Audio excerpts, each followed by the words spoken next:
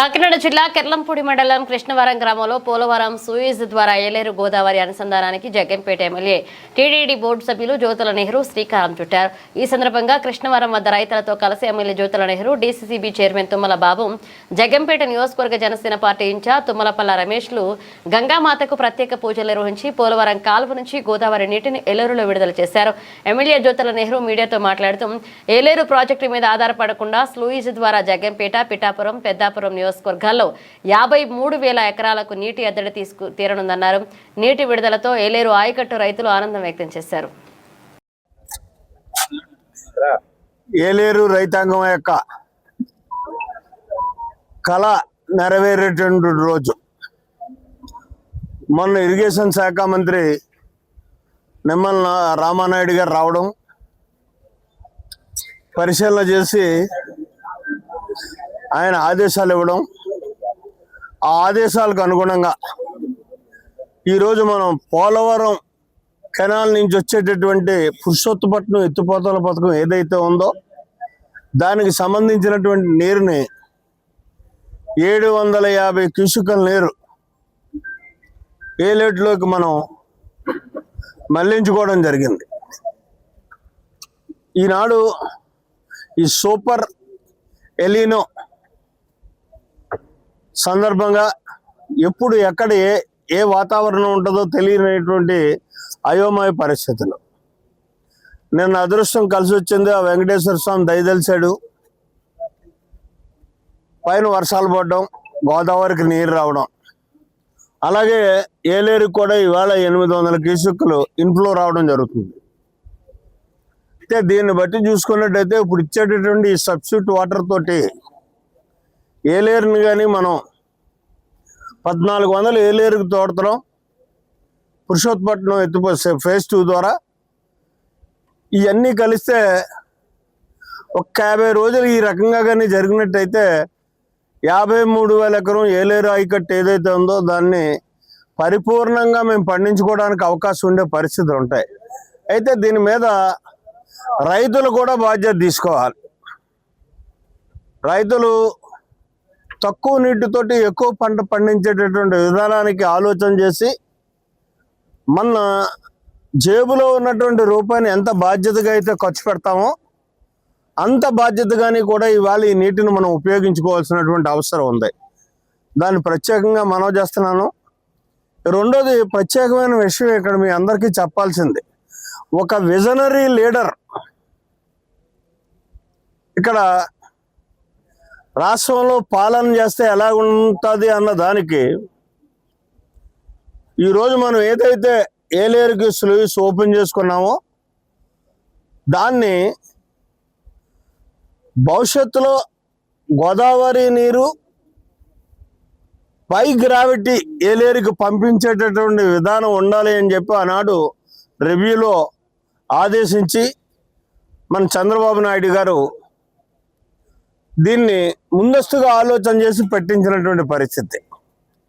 దానికి ఇవాళ ఇంత క్రైసిస్ ఉన్నా మేము రైతులు అందరూ అనుభవపూర్వకంగా చెప్పిన దాన్ని బట్టి దీన్ని ఈ రకంగా వాడుకుంటే బాగుంటుంది అని చెప్పేసి ఎప్పుడైతే పవన్ కళ్యాణ్ గారి దృష్టిలో మేము పెట్టడం జరిగిందో ఆయన వెంటనే బాధ్యత తీసుకుని తగు ఆదేశాలు రాష్ట్ర ప్రభుత్వం నుంచి ఇప్పించి ఇంత క్రైసిస్ ఉన్నా ఇవాళ ఉన్నటువంటి రోజు వేరు, నిన్న ఉన్నటువంటి ఆర్డర్ ఇచ్చేటటువంటి రోజు వేరు.